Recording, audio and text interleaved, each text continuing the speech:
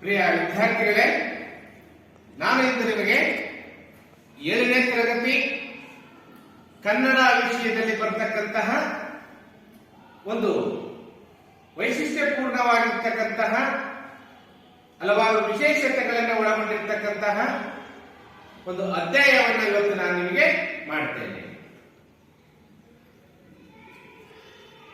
ನಮ್ಮ ಪರಿಸರದಲ್ಲಿ ಹಲವಾರು ಕೌತುಕಗಳು ನಡೀತಾ ಇರ್ತವೆ. ಅವು ನಮ್ಮ ಮೇಲೆ ತುಂಬಾ ಪ್ರಭಾವವನ್ನು ಬೀರ್ತವೆ. ನಾವು ಹೇಳ್ತಿರ್ತೀವಿ, ಪರಿಸರದ ಮುಂದೆ ಮನುಷ್ಯ ಏನೂ ಇಲ್ಲ, ಪರಿಸರ ಮುನಿಸ್ಕೊಂಡ್ರೆ ಸಾಕು. ಹೌದಾ? ಎಂತೆಂತ ಅವಘಡಗಳು ನಡೀತವೆ. ಇಂಥ ಪರಿಸರವನ್ನ ನಾವು ಸಮತೋಲನದಲ್ಲಿ ಇಡಬೇಕು. ಅದೇ ರೀತಿ ನಮ್ಮ ಪರಿಸರದಲ್ಲಿ ನಾವು ಕೆಲವು ವೈಶಿಷ್ಟ್ಯಪೂರ್ಣವಾಗಿರ್ತಕ್ಕಂತಹ ಪ್ರಾಣಿ ಪಕ್ಷಿಗಳನ್ನ ನೋಡ್ತೇವೆ. ನಾವು ನೋಡಿ, ಪರಿಸರ ಎಂತೆಂತ ಜೀವಿಗಳನ್ನ ಸೃಷ್ಟಿ ಮಾಡುತ್ತೆ. ಆ ಜೀವಿಗಳ ಜೀವನ ಶೈಲಿನ ವೈಶಿಷ್ಟ್ಯಪೂರ್ಣವಾಗಿರುತ್ತೆ. ನೋಡಿ, ಜೇಡ, ಹೌದಾ? ಜೇಡ ಎಲ್ಲ ನೋಡಿದೀರ ನೀವೆಲ್ಲ? ಜೇಡ ನೋಡಿ, ಎಲ್ಲಿಂದ ಎಲ್ಲಿಗೂ ಸಹಿತ ಆ ಬಲೆಯನ್ನ ಎಣ್ಕೊಂತ ಹೋಗುತ್ತದೆ. ಎಷ್ಟು ಯಾವ ಇಂಜಿನಿಯರ್ ಸಹಿತ ಮಾಡಲಿಕ್ಕಾಗಿರ್ತಕ್ಕಂತಹ ಆ ಡಿಸೈನ್ ಅನ್ನ ಆ ಬಲೆಯಲ್ಲಿ ಎಳೆದಿರುತ್ತೆ. ಅಲ್ಲಿ ಪಕ್ಷಿಗಳ ಗೂಡುಗಳು ಎಷ್ಟು ವೈಶಿಷ್ಟ್ಯಪೂರ್ಣವಾಗಿರ್ತವೆ. ಅಂತಹ ಒಂದು ಅಧ್ಯಾಯ ಇದೆ. ಈ ಇರುವೆಗಳನ್ನ ನೋಡಿದ್ದೇನೆ. ಅದೇ ರೀತಿ ಈ ಕೆಂಪು ಇರುವೆಗಳನ್ನ ನೀವು ನೋಡಿರ್ತೀವಿ. ಸಾಮಾನ್ಯವಾಗಿ ನಮ್ಮ ಭಾಗದಲ್ಲಿ ನಾವು ಇವನ್ನ ಬಹಳ ಕಾಣ್ತೇವೆ. ನಾವು ಅಡಿಕೆ ತೋಟಗಳಲ್ಲಿ ಯಥೇಚ್ಛವಾಗಿ ಅಡಿಕೆ ತೋಟಗಳು ನಮ್ಮ ಕಡೆ ಇವೆ. ಆ ಕೆಂಪಿರುವೆ, ಕೆಂಜ್ಗ ಅಂತ ನಮ್ಮ ಹಳ್ಳಿಯ ಭಾಷೆಯಲ್ಲಿ ನಾವು ಕರೀತೀವಿ. ಅವನ್ನ ನಾವು ಚಗಳಿ ಇರುವೆ ಅಂತೇಳಿ ಕರಿತೀವಿ. ಇವತ್ತಿನ ಅಧ್ಯಾಯ ಮಕ್ಕಳೇ ನಿಮಗೆ ಅದೇ ಚಗಳಿ ಇರುವೆ. ಮೊದಲು ಈ ಅಧ್ಯಾಯವನ್ನ ಪ್ರಾರಂಭ ಮಾಡೋಕ್ಕಿಂತ ಮುಂಚೆ ಈ ಲೇಖನವನ್ನ, ಇದು ವೈಶಿಷ್ಟ್ಯಪೂರ್ಣವಾಗಿರ್ತಕ್ಕಂತಹ ಅಧ್ಯಯನವನ್ನ, ಚಗಳಿ ಇರುವೆಗಳ ಬಗ್ಗೆ, ಪರಿಸರದ ಬಗ್ಗೆ ಅತ್ಯಂತ ಕಾಳಜಿ ಇರ್ತಕ್ಕಂತಹ ಒಬ್ಬ ಮಹಾನ್ ಲೇಖಕ ತನ್ನ ಪುಸ್ತಕದಲ್ಲಿ ಈ ಅಂಶಗಳನ್ನ ಬರೆದಿದ್ದಾರೆ. ಅವರೇ ಮತ್ತಾರು ಬೇರೆಯಲ್ಲ, ಕುವೆಂಪುರವರ ರಾಷ್ಟ್ರಕವಿ ಕುವೆಂಪು, ಹೌದಾ? ಅವರ ಮಗನಾಗಿರ್ತಕ್ಕಂತಹ ಪೂರ್ಣಚಂದ್ರ ತೇಜಸ್ವಿ. ಆ ಲೇಖಕರ ಬಗ್ಗೆ ಇಂದು ನಿಮಗೆ ನಾನು ಪರಿಚಯವನ್ನ ಮಾಡಿಕೊಡ್ತೇನೆ.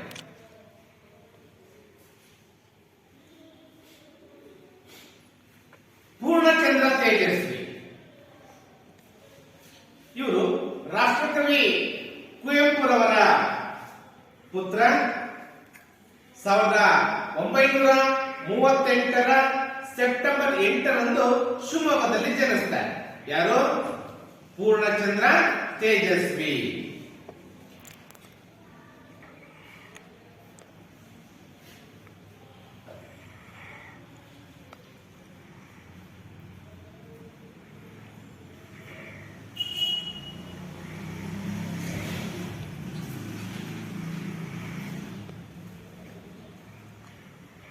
ಸಾವಿರದ 1938 ಸೆಪ್ಟೆಂಬರ್ 8 ಶಿವಮೊಗ್ಗದಲ್ಲಿ ಜನಿಸ್ತಾರೆ. ಇವರು ಮೈಸೂರು ವಿಶ್ವವಿದ್ಯಾಲಯದ ಆ ಒಂದು ವಿಭಾಗದಲ್ಲಿ ಕನ್ನಡ ಸ್ನಾತಕೋತ್ತರ ಪದವಿಯನ್ನ ಪಡೀತಾರೆ. ಇವರು ಚಿಕ್ಕಮಗಳೂರು ಜಿಲ್ಲೆ, ಇದು ನಮ್ಮ ಪಕ್ಕದ ಚಿಕ್ಕಮಗಳೂರು ಜಿಲ್ಲೆಯಲ್ಲಿ ಅಲ್ಲಿ ಮೂಡಿಗೆರೆ ಎಂಬ ಊರಿನಲ್ಲಿ ಇವರು ನೆಲೆಸ್ತಾರೆ. ಇವರಿಗೆ ಮೊದಲು ಇವರ ನವ ಯುಗದ ಒಂದು ಕವಿ ಅಂತ ಹೇಳ್ಬೋದು. ಇವರ ಅಬಚೂರಿನ ಪೋಸ್ಟ್ ಆಫೀಸ್ ಬಂಡಾಯ ಸಾಹಿತ್ಯಕ್ಕೆ ಒಂದು ಅತ್ಯುತ್ತಮವಾಗಿರ್ತಕ್ಕಂತಹ ಕೃತಿ ಅಬಚೂರಿನ ಪೋಸ್ಟ್ ಆಫೀಸ್. ಅನೇಕ ಇವರ ಕಥೆಗಳು, ಕವನಗಳು ತುಂಬಾ ಪ್ರಖ್ಯಾತಿಯನ್ನು ಪಡೆದಿದ್ದಾರೆ. ಇವರ ಕೆಲವು ಕಾದಂಬರಿಗಳು ಕನ್ನಡ ಚಲನಚಿತ್ರಗಳಾಗಿವೆ. ಆಮೇಲೆ ಮನೆ ತಾನೇ ಧಾರಾವಾಹಿಗಳು ಸಹಿತ ಇವರ ಕಥೆಗಳು ಬಂದು, ಕಿರುಗೂರಿನ ಗೈಯಾಳಿಗಳು ಅಂತ ಬಂತು ನೋಡಿ ಟಿವಿಯಲ್ಲಿ, ಹೌದಾ? ಇವರು ಬರೆದಿರ್ತಕ್ಕಂತಹ ಒಂದು ಕಥಾ ಸಂಕಲನಗಳು ಅವೆಲ್ಲ. ಇವರು ಯಾವಾಗಲೂ ಸಹಿತ ವೈಚಾರಿಕ ಮನೋಭಾವನೆ ಇರ್ತಕ್ಕಂತಹ ಲೇಖನಗಳು, ಪರಿಸರದ ಬಗ್ಗೆ ಕಾಳಜಿಯನ್ನ ತೋರಿಸ್ತಕ್ಕಂತಹ ಲೇಖನಗಳು, ಹವ್ಯಾಸ ಕಥೆಗಳು, ಮತ್ತೆ ಪರಿಸರ ಶಿಕಾರಿ ಕತೆ, ಕವಿತೆ, ನಾಟಕ, ಕಾದಂಬರಿಗಳನ್ನ ಬರೆದಿದ್ದಾರೆ. ಇವರು ಇತಿಹಾಸ, ತತ್ವಜ್ಞಾನ, ಮಾನವಶಾಸ್ತ್ರ, ಅರ್ಥಶಾಸ್ತ್ರ, ವಿಜ್ಞಾನ ಹೀಗೆ ಹಲವಾರು ಪ್ರಕಾರದಲ್ಲಿ ಕೃತಿಗಳನ್ನು ರಚಿಸಿದ್ದಾರೆ ಪೂರ್ಣಚಂದ್ರ ತೇಜಸ್ವಿಯವರು. ಇವರ ಕೆಲವು ಕಥಾ ಸಂಕಲನಗಳನ್ನ ನೋಡಿದ್ರೆ, ನಾವು ಕೃತಿಗಳನ್ನ ನೋಡಿದ್ರೆ, ಕರ್ವಾಲೋ, ಅಬಚೂರಿನ ಪೋಸ್ಟ್ ಆಫೀಸ್, ಚಿದಂಬರ ರಹಸ್ಯ, ಕಿರುಗೂರಿನ ಗೈಯಾಳಿಗಳು, ತಬರನ ಕತೆ, ಇದು ಸಹಿತ ಚಲನಚಿತ್ರ ಆಗಿದೆ, ತಬರನ ಕತೆ, ಜುಗಾರಿ ಕ್ರಾಸ್, ಇವು ಪ್ರಮುಖವಾಗಿರ್ತಕ್ಕಂತಹ ಅವರು ಬರೆದಿರ್ತಕ್ಕಂತಹ ಕಥಾ ಸಂಕಲನಗಳು. ಮಾಯಾಲೋಕ, ಪರಿಸರದ ಕತೆ, ಅಲೆಮಾರಿಯ ಅಂಡಮಾನ್ ಮತ್ತು ಮಹಾನದಿ ನೈಲ್, ಅಣ್ಣನ ನೆನಪು ಮೊದಲಾದ ಕೃತಿಗಳನ್ನ ರಚನೆ ಮಾಡಿದ್ದಾರೆ ಪೂರ್ಣಚಂದ್ರ ತೇಜಸ್ವಿಯವರು. ಈ ಮಹಾನ್ ಲೇಖಕನಿಗೆ ಕರ್ನಾಟಕ ಸಾಹಿತ್ಯ ಅಕಾಡೆಮಿ ಪ್ರಶಸ್ತಿ, ಕೇಂದ್ರ ಸಾಹಿತ್ಯ ಅಕಾಡೆಮಿ ಪ್ರಶಸ್ತಿ, ಭಾರತೀಯ ಭಾಷಾ ಪರಿಷತ್ ಪ್ರಶಸ್ತಿಗಳು ದೊರಕಿದವೆ.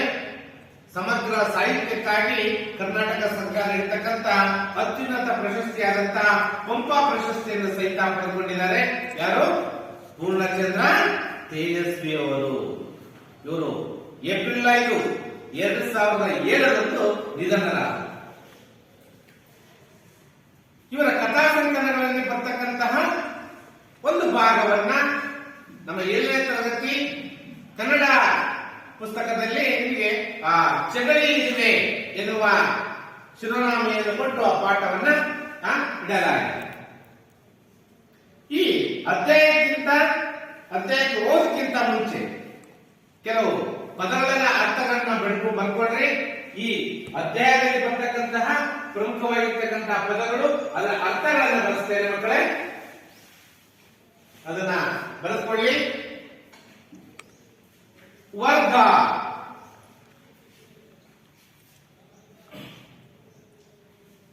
ವರ್ಗ ಅಂದ್ರೇನು? ಗುಂಪು. ಸಮೂಹ ಅಂತಾನೆ ಕರಿತೀವಿ ನಾವು. ವರ್ಣನೆ,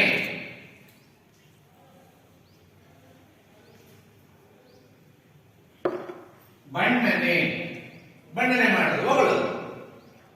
ಸಂಕೀರ್ಣ,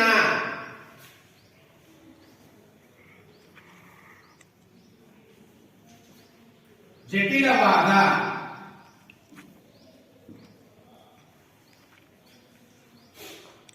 ಅಂಚು,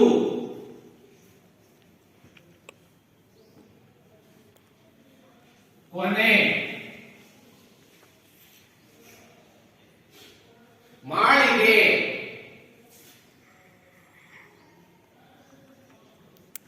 ಮಹಡಿ,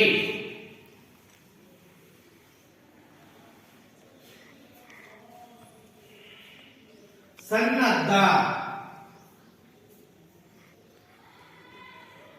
ಸಿದ್ಧನಾಗು,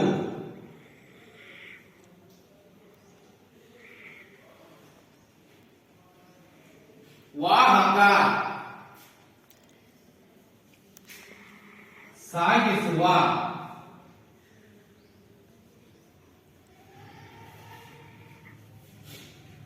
ವಸರು, ಜಿನುಗು.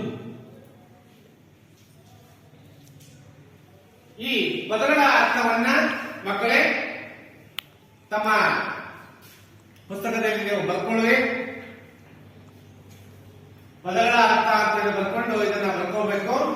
ವರ್ಗ ಅಂದ್ರೆ ಗುಂಪು, ವರ್ಣನೆ ಬಣ್ಣನೆ, ಸಂಕೀರ್ಣ ಜಟಿಲವಾದ, ಅಂಚು ಕೊನೆ, ಮಾಳಿಗೆ ಮಹಡಿ, ಸನ್ನದ್ಧ ಸಿದ್ಧನಾಗು, ವಾಹಕ ಸಾಗಿಸುವ, ವಸರು ಜಿನುಗು.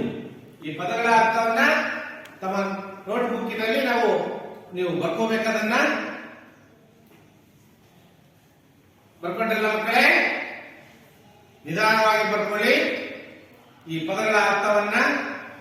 ಮುಂದೆ ಈ ಅಧ್ಯಯನವನ್ನ ಮಾಡಬೇಕಾದ್ರೆ ನಿಮಗೆ ಈ ಪದಗಳ ಅರ್ಥ ಗೊತ್ತಿದ್ರೆ ಪಾಠ ಬೇಗ ನಿಮಗೆ ಅರ್ಥ ಆಗುತ್ತೆ. ಆಯ್ತಲ್ಲ ಮಕ್ಕಳೇ? ಬರ್ಕೊಂಡ್ರಲ್ಲ?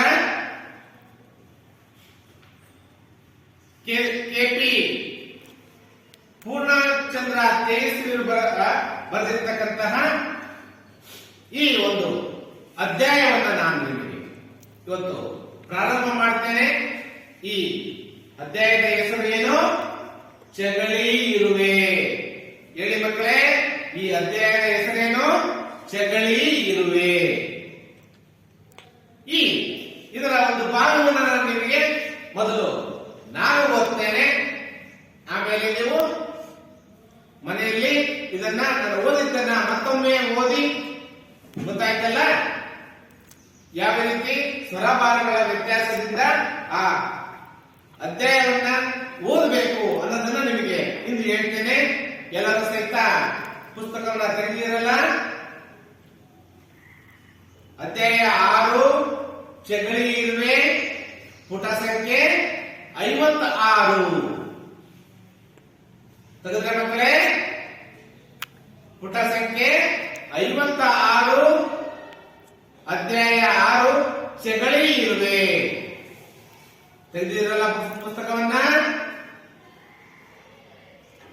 ಆಯ್ತು. ಈಗ ನೋಡಿ, ಪುಸ್ತಕವನ್ನು ನೋಡಿ. ಎಲ್ಲರೂ ನೋಡ್ತಾ ಇದ್ದೀರಲ್ಲ? ನಾನು ಒಮ್ಮೆ ಓದ್ತೇನೆ. ಅಧ್ಯಾಯ 6 ಚಗಳಿ ಇರುವೆ. ಕೆಪಿ ಪೂರ್ಣಚಂದ್ರ ತೇಜಸ್ವಿ. ಇರುವೆಗಳ ವರ್ಗದಲ್ಲೇ ಅದ್ಭುತವೆಂದು ವರ್ಣನೆಗೆ ಒಳಗಾಗಿರುವ ಚಗಳಿ ಇರುವೆಗಳು ಮಲೆನಾಡಿಗರಿಗೆ ಚಿರಪರಿಚಿತ. ಇವು ಕಾಡಿನಲ್ಲಿ, ತೋಟದಲ್ಲಿ ಅಗಾಧವಾದ ಗೂಡುಗಳನ್ನು ಕಟ್ಟಿಕೊಂಡು ವಾಸಿಸುತ್ತವೆ. ಎಲೆಗಳನ್ನು ಒಂದಕ್ಕೊಂದು ಸೇರಿಸಿ ಇವು ಕಟ್ಟುವ ಗೂಡುಗಳನ್ನು ಕೊಟ್ಟೆ ಎನ್ನುತ್ತಾರೆ.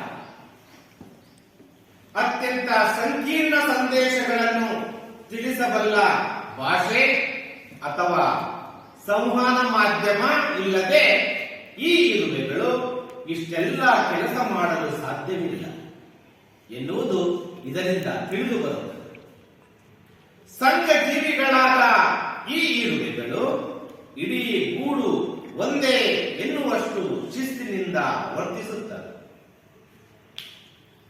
ಉದಾಹರಣೆಗೆ, ಇವು ಕೊಟ್ಟೆಗಳನ್ನು ರಚಿಸುವ ರೀತಿಯನ್ನೇ ನೋಡಿ. ಒಂದು ಕೊಂಬೆಯ ಎಲೆಗಳನ್ನ ಬಗ್ಗಿಸಿ ಒಂದಕ್ಕೊಂದು ತಾಗಿಸಿ ಒಲಿದಿರುತ್ತವೆ. ನಮಗೆ ಹೊರಗಿನಿಂದ ನೋಡಿದಾಗ ಇದೇನು ಮಹಾ ಅನ್ನಿಸಬಹುದು. ಆದರೆ ಇರುವೆಯಂತಹ ಅತ್ಯಂತ ಸಣ್ಣ ಶರೀರದ ಪ್ರಾಣಿ ಅದರ 100 ಪಟ್ಟು ವಿಸ್ತಾರವಾಗಿಯೂ ಬಲವಾಗಿಯೂ ಇರುವ ಎಲೆಗಳನ್ನು ಬಗ್ಗಿಸುವುದು ಹೇಗೆ? ಯಾವ ಎಲೆಗಳನ್ನು ಬಗ್ಗಿಸಬೇಕಾಗಿದೆಯೋ ಆ ಎಲೆಯ ಮೇಲೆ 100 ಇರುವೆಗಳು ಜಮಾಯಿಸುತ್ತವೆ. ಆ ನಂತರ ಒಂದರ ಕಾಲು ಒಂದು ಹಿಡಿದುಕೊಂಡು ಜೋತಾಡುತ್ತಾ ಕೆಳಗಿಳಿಯುತ್ತವೆ. ಕೆಳಗಿನ ಎಲೆಯ ಅಂಚು ಸಿಕ್ಕಿದ ಕೂಡಲೇ ನೇತಾಡುವ ದಾರದ ಕೊನೆಯಲ್ಲಿರುವ ಇರುವೆ ಎಲೆಯ ಅಂಚನ್ನು ಹಿಡಿಯುತ್ತದೆ. ಮೇಲಿನಿಂದ ಕೆಳಗೆ ನೇತುಕೊಂಡಿರುವ ಹಲವಾರು ದಾರಗಳು ನಿರ್ಮಾಣವಾದ ಕೂಡಲೇ ನೀಡಿರುವ ತಮ್ಮ ಕೈಕಾಲುಗಳನ್ನು ಎಲ್ಲ ಇರುವೆಗಳು ನಿಧಾನವಾಗಿ ಮಡಿಸುತ್ತವೆ. ದಾರದ ಸೆಳೆತಕ್ಕೆ ಎಲೆ ಮೆಲ್ಲಗೆ ಕೆಳಗೆ ಬಾಗುತ್ತದೆ. ಮೊದಲ ಇರುವೆಗಳ ದಾರ ಸಂಕುಚಿಸಿ ಎಲೆ ಕೆಳಕ್ಕೆ ಬಾಗಿರಬೇಕಾದರೆ ಮತ್ತೆ ಎರಡನೆಯ ಸುತ್ತಿನ ಇರುವೆಗಳ ದಾರ ನಿರ್ಮಾಣವಾಗುತ್ತದೆ. ಮೊದಲನೆಯ ಸರಣಿ ಎಳೆದು ಹಿಡಿದಿರುವ ಎಲೆಯಿಂದ ಮತ್ತೊಂದು ಸುತ್ತಿನ ದಾರಗಳು ಬಂದು ಎಲೆಯನ್ನು ಮತ್ತಷ್ಟು ಕೆಳಗೆ ಎಳೆಯುತ್ತವೆ. ಕೆಲ ಹೊತ್ತಿನಲ್ಲಿ ಆ ಎಲೆಯನ್ನು ಪೊಟ್ಟಣದಂತೆ ಬಗ್ಗಿಸಿ ಕೆಳಗಿನ ಎಲೆಗೆ ಒತ್ತಿ ಹಿಡಿಯುತ್ತವೆ. ಗೊತ್ತಾಯ್ತಲ್ಲ ಮಕ್ಕಳೇ? ಪಾಠವನ್ನ ಯಾವ ರೀತಿ ಓದುದು, ಸ್ವರಭಾರವನ್ನ ಯಾವ ರೀತಿ ವ್ಯತ್ಯಾಸ ಮಾಡಿ ಅರ್ಥಗರ್ಭಿತವಾಗಿ ಓದುದು ಅಂತ ಹೇಳಿ ಗೊತ್ತಾಯ್ತಲ್ಲ? ನೀವೊಂದ್ಸಲಿ ಓದಿ ಮಕ್ಕಳ ಮನೆಯಲ್ಲಿ ಓದ್ತಾ ಇದ್ದೀರಲ್ಲ ಎಲ್ಲರೂ? ಓದಿ ನಿಧಾನಕ್ಕೆ ಗಟ್ಟಿಯಾಗಿ ಓದಬೇಕು. ಓದ್ತಾ ಇದ್ದೀರಾ?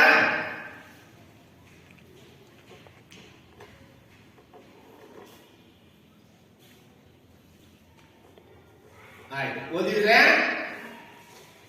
ಮಕ್ಕಳೇ ಮನಸ್ಸಿನಲ್ಲಿ ಒಮ್ಮೆ ಓದ್ಕೊಳ್ಬೇಕು ಪಾಠವನ್ನ. ನಾನು ಇವತ್ತು ಎಲ್ಲಿವರೆಗೆ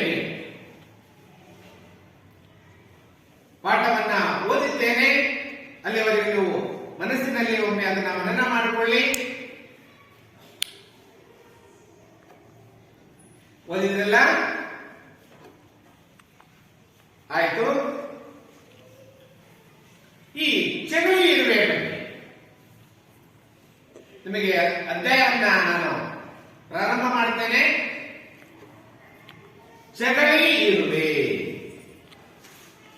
ಇರುವೆಗಳನ್ನೆಲ್ಲ ನೋಡಿದಿರಲಿಲ್ಲ ನೀವು ಮಕ್ಕಳೇ? ಹೌದಾ? ನಿಮ್ಮ ಮನೆ ಒಳಗೆ, ಹೌದಾ, ನಿಮ್ಮ ಮನೆಯ ಹೊರಗಡೆ ಇರುವೆಗಳು ಇಲ್ಲದ ಜಾಗವೇ ಇಲ್ಲ. ಎಷ್ಟು ಶಿಸ್ತುಬದ್ಧವಾಗಿ ಹೋಗ್ತಾ ಇರ್ತಾವೆ, ಹೋಗ್ತಾನೆ ನಾವು ಎಷ್ಟು ಲೈನ್ ನಲ್ಲಿ ಅವು ಒಂದಕ್ಕೊಂದು ಮಿಸ್ ಮಾಡದೆ ಎಷ್ಟು ಚೆನ್ನಾಗಿ ಇರುವೆಗಳು ಹೋಗ್ತಾ ಇರ್ತವೆ. ಆದ್ರೆ ಯಾರಾದ್ರೂ ಟ್ರೈನಿಂಗ್ ಕೊಟ್ಟಿದ್ರ, ಅವ್ರಿಗೆ ತರಬೇತಿಯನ್ನು ಕೊಟ್ಟಿದ್ರ? ಏನಾದ್ರೂ ಒಂದು ಕಾರಣ ಇರಬೇಕು, ಹೌದಾ? ಆ ಶಿಸ್ತುಬದ್ಧವಾಗಿರ್ತಕ್ಕಂತಹ ಜೀವನ ಶೈಲಿಯಲ್ಲಿ ಅವು ಎಡಕೊಂಡು ಹೋಗ್ತವೆ ಅಂತಂದ್ರೆ ಏನೋ ಒಂದು ಕಾರಣ ಇರಬೇಕು. ನೋಡ್ರಿ, ಪರಿಸರ ಅವುಗಳಿಗೆ ಆಗಿರ್ತಕ್ಕಂಥ ಜ್ಞಾನವನ್ನ, ವೈಶಿಷ್ಟ್ಯಪೂರ್ಣವಾಗಿರ್ತಕ್ಕಂಥ ದೇಹ ರಚನೆಯನ್ನ ಪರಿಸರ ಕೊಟ್ಟಿದೆ. ನೋಡಿ, ಈ ಚಗಳಿ ಇರುವೆಗಳು ಇವು ಸಹಿತ ಇರುವೆಗಳ ಗುಂಪಿನಲ್ಲೇ ಅತ್ಯಂತ ಅದ್ಭುತವಾಗಿರ್ತಕ್ಕಂತಹ ಜೀವಿಗಳು ಚಗಳಿ ಇರುವೆಗಳು. ಇರುವೆಗಳ ವರ್ಗದಲ್ಲೇ ಅದ್ಭುತವೆಂದು ವರ್ಣನೆಗೆ ಒಳಗಾಗಿರುವ ಚಗಳಿ ಇರುವೆಗಳು ಮಲೆನಾಡಿಗರಿಗೆ ಚಿರಪರಿಚಿತ. ನೀವು ಮಲೆನಾಡಿನಲ್ಲಿ ಎಲ್ಲಿ ಅಂದ್ರೆ ಅಲ್ಲಿ ಈ ಚಗಳಿ ಇರುವೆಗಳನ್ನು ನೋಡಬಹುದು. ಆದ್ರೆ ಇನ್ನು ಅರೆಮಲೆನಾಡಿನಲ್ಲಿ ಸಹಿತ ಯಾವಾಗ ಜನ ಅಡಿಕೆ ಬೆಳೆಯನ್ನ ಬೆಳೆಯಲಿಕ್ಕೆ ಪ್ರಾರಂಭ ಮಾಡಿದ್ರು, ಇವು ಬರೇ ಮಲೆನಾಡಿನಲ್ಲಿ ಅಷ್ಟೇ ಅಲ್ಲ, ನಮ್ಮ ಬಯಲು ಸೀಮೆಯಲ್ಲಿ ಸಹಿತ ನಾವು ಈ ಚಗಳಿ ಇರುವೆಗಳನ್ನ ನಾವು ನೋಡಬಹುದು. ನೀವು ಹೊಲಗಳಿಗೆ ಹೋದಾಗ ನೋಡ್ಬೇಕು, ಕಾಲಿಗೆಲ್ಲ ಬಿಡ್ತಾವ, ಹೌದಾ? ಜೋರ ಕೊಳ್ಕೋಬೇಕು, ಇಲ್ಲ ಕೊಳದೆ ಬಿಡ್ತಾವ. ಅಡಿಕೆ ಮನೆಯಲ್ಲಂತೂ ದೊಡ್ಡ ದೊಡ್ಡ ಗೂಡುಗಳನ್ನ ಕಟ್ಕೊಂಡಿರ್ತಾವೆ, ಹೌದಾ? ಕೆಲವು ಅಡಿಕೆ ಮರ ಹತ್ಲಿಕ್ಕೆ ಕೆಡವಲಿಕ್ಕೆ ಎದುರುತ್ತಾರೆ. ಅಷ್ಟೊಂದು ಆ ಇರುವೆಗಳು. ನಾವು ನಮ್ಮ ಕಡೆಗೆಲ್ಲ ಕೆಂಚಿಗ ಅಂತೀವಿ ಎಲ್ಲ. ಅಂತಹ ಅದ್ಭುತವಾಗಿರ್ತಕ್ಕಂಥ ವರ್ಣನೆಗೆ ಒಳಗಾಗಿರುವ, ವರ್ಣನೆ ಅಂದ್ರೆ ಬಣ್ಣನೆ, ಆ ಬಣ್ಣನೆಗೆ ಒಳಗಾಗಿರುವ ಆ ಚಗಳಿ ಇರುವೆಗಳು ಮಲೆನಾಡಿಗರಿಗೆ ಅಷ್ಟೇ ಚಿರಪರಿಚಿತ ಅಲ್ಲ, ನಮ್ಮ ಅರೆಮಲೆನಾಡಿಗರಿಗೆ ಸಹಿತ ಚಿರಪರಿಚಿತ. ಎಂದು ಇವು ಕಾಡಿನಲ್ಲಿ, ತೋಟದಲ್ಲಿ ಹೇಗೆ ವಾಸವನ್ನು ಮಾಡ್ತವೆ? ಗೂಡುಗಳನ್ನ ಕಟ್ಟಿಕೊಂಡು ವಾಸವನ್ನ ಮಾಡ್ತವೆ. ನೋಡ್ರಿ, ಆ ಗೂಡುಗಳನ್ನ ನೀವು ನೋಡಿರ್ತೀರಿ ನಿಮ್ಮ ತೋಟಗಳಲ್ಲಿ. ಎಲೆಗಳನ್ನ ಒಂದಕ್ಕೆ ಒಂದೇ ಸೇರಿಸಿ ಪಟ್ಟಣಾಗಿ ಮಾಡಿಕೊಂಡಿರ್ತಾರೆ. ಸೇಮ್ ಪಟ್ಟಣ ಯಾವ ರೀತಿ ಇತ್ತು ಆ ರೀತಿ ಇಟ್ಕೊಂಡಿರ್ತಾರೆ ಆ ಗೂಡುಗಳನ್ನು. ಅದರೊಳಗೆ ವಾಸವನ್ನ ಮಾಡ್ತಾರೆ. ಆ ಜಗಳಿ ಇರುವೆಗಳು ತಾವು ವಾಸ ಮಾಡಲಿಕ್ಕೆ ಕಟ್ಟಿಕೊಂಡಿರ್ತಕ್ಕಂತಹ ಆ ಗೂಡುಗಳನ್ನ ಕೊಟ್ಟೆ ಅಂತ ಕರೀತಾರೆ. ಕೊಟ್ಟೆ.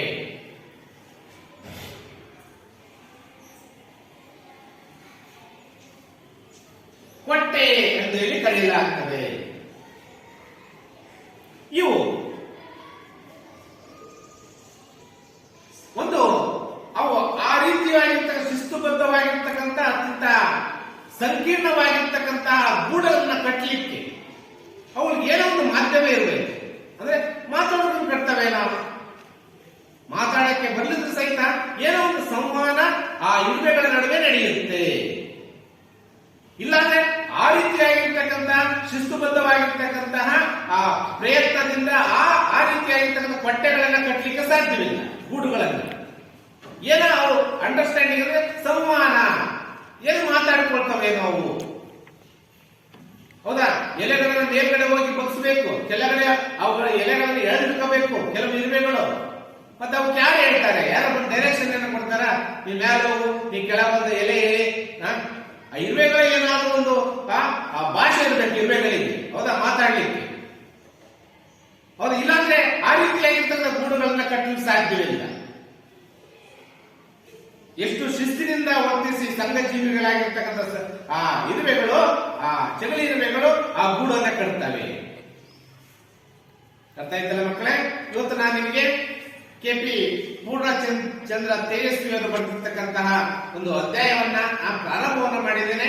ನೀವು ನಾಳೆ ಬರಬೇಕಾದ್ರೆ ಶಾಲೆಗೆ ನೀವು ಕೆಪಿ ಪೂರ್ಣಚಂದ್ರ ತೇಜಸ್ವಿ ಅವರ ಒಂದು ಚಿತ್ರವನ್ನ ನೀವು ಅದನ್ನ ಪ್ರಾಜೆಕ್ಟ್ ವರ್ಕ್ ಅನ್ನು ಮಾಡಿಕೊಂಡು ಆ ಒಂದು ವೈಟ್ ಆ ಪೇಪರ್ಗೆ ಆ ಪೂರ್ಣಚಂದ್ರ ತೇಜಸ್ವಿ ಅವರ ಫೋಟೋವನ್ನ ಅದರಲ್ಲಿ ಅಂಟಿಸಿಕೊಂಡು ಅವರ ಬಗ್ಗೆ ಸಂಪೂರ್ಣವಾಗಿರ್ತಕ್ಕಂತಹ ಒಂದು ಲೇಖನವನ್ನ ನೀವು ಅದನ್ನ ಬರ್ಕೊಂಡು ಬರಬೇಕು. ಪ್ರತಿಯೊಬ್ಬರು ಮಕ್ಕಳು ಸಹಿತ ನಾಳೆ ಬರ್ಕೊಂಡ್ ಬರ್ತೀರಲ್ಲ.